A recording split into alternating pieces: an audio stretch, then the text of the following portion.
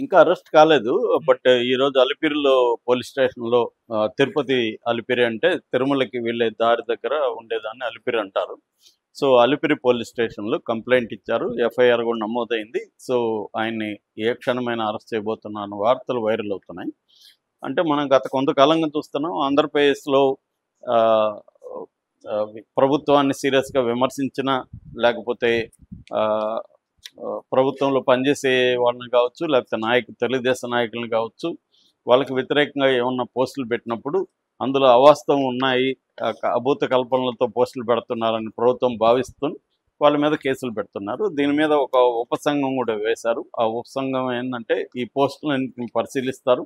ముఖ్యంగా మహిళల్ని కించపరుస్తూ పెట్టే పోస్టులు కావచ్చు, అట్లాగే ప్రభుత్వ పథకాల మీద కావచ్చు, ప్రభుత్వానికి సంబంధించిన వివిధ విషయాల మీద అబద్ధాలని ప్రచారం చేసే వాళ్ళని వాళ్ళ మీద కేసులు పెట్టి అరెస్ట్ చేయాలని సీరియస్‌గా అయితే నిర్ణయించుకుంది ఈ ప్రభుత్వం. సో, అందులో భాగంగానే ఇప్పుడు భూమన కరుణాకర్ రెడ్డి మీద కూడా కేసు అయితే పెట్టారు. ఆయన అబద్ధాలు ప్రచారం చేస్తున్నాడు అని చెప్పి. దానికి ఆయన కూడా నేను సిద్ధంగా ఉన్నానని కూడా ప్రకటించారు. అసలు ఏంటి వాళ్ళ గొడవ అని చూసినప్పుడు మామూలుగా మనకి తిరుమల విషయానికొస్తే ఏ ప్రభుత్వం ఉన్నా కూడా ప్రతిపక్షాలు ఏదో ఒక దాన్ని తీసుకొని ప్రచారం చేయడం అనేది ఎప్పటినుంచో మనకు కనబడుతుంది. తెలుగుదేశం ఉన్నప్పుడు వైసీపీ వాళ్ళు చేస్తారు. వైసీపీ వాళ్ళు ఉన్నప్పుడు తెలుగుదేశం చేస్తారు.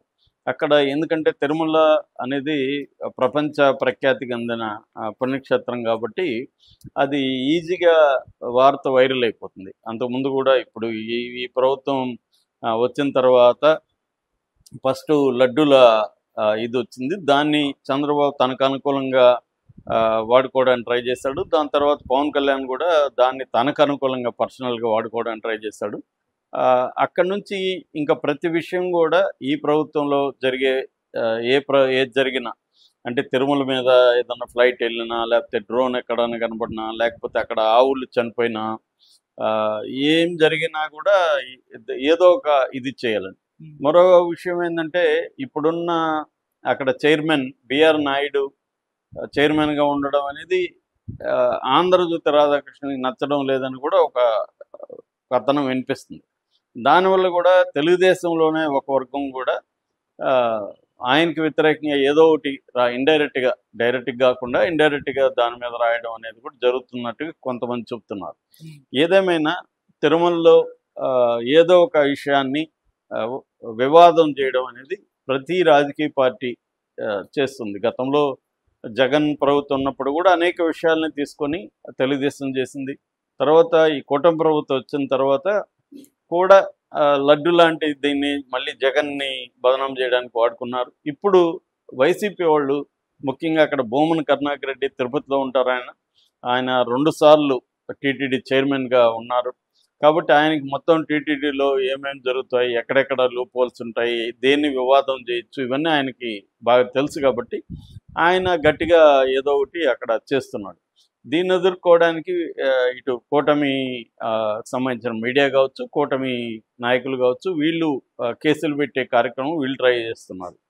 సో, అంటే విమర్శను కావచ్చు, లేకపోతే తమ మీద ప్రచారాన్ని కావచ్చు, గతంలో ఈ స్థాయి లేదు, అడ్డుకునే స్థాయి లేదు. మామూలుగా అయితే ఏదన్నా ఉంటే పరువు కేసు వేసేవాళ్ళు, పరువు భంగం అంటారు కదా. సో ఆ పరువు భంగం కలిగిందని డిఫేమేషన్ అంటారు. డిఫేమేషన్ సూట్ వేసేవాడు.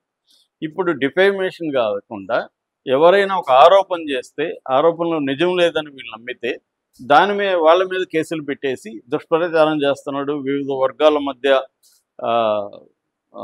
వైషమ్యాలు రేకెత్తించేట్టుగా ట్రై చేస్తున్నాడు అనే సెక్షన్లు పెట్టేసి కేసులు పెట్టి అరెస్ట్ చేయాలనే కార్యక్రమానికి వెళ్ళినట్టుగా అర్థమవుతుంది.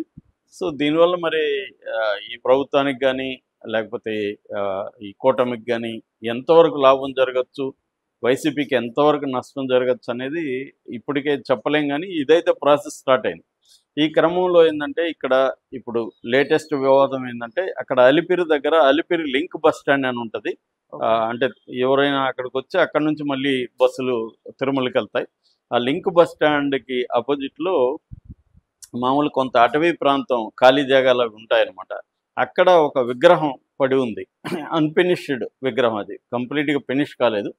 ఆ విగ్రహం శ్రీ విష్ణుమూర్తిది, మహావిష్ణువుది ఆ విగ్రహం, ఎందుకంటే శంకు చక్రాలు అవన్నీ ఉన్నాయి కాబట్టి విష్ణువుది ఇలా నెగ్లిజెన్స్గా 1.5 ఇయర్ నుంచి ఇట్లాగే పడుంది. తిరుమలకు సంబంధించిన టీటీడీ నిఘా వ్యవస్థ సరిగా పనిచేయట్లేదు, ఇది ఘోరమైన అపచారం అన్న యాంగిల్లో భూమన కరుణాకర్ రెడ్డి దీన్ని ప్రచారంలోకి తీసుకొచ్చాడు. ఆయన వీడియోలు తీసి ఫోటోలు తీసి పెట్టాడు పబ్లిక్ ఫామ్లో, ప్రెస్ మీట్ కూడా చెప్పాడు.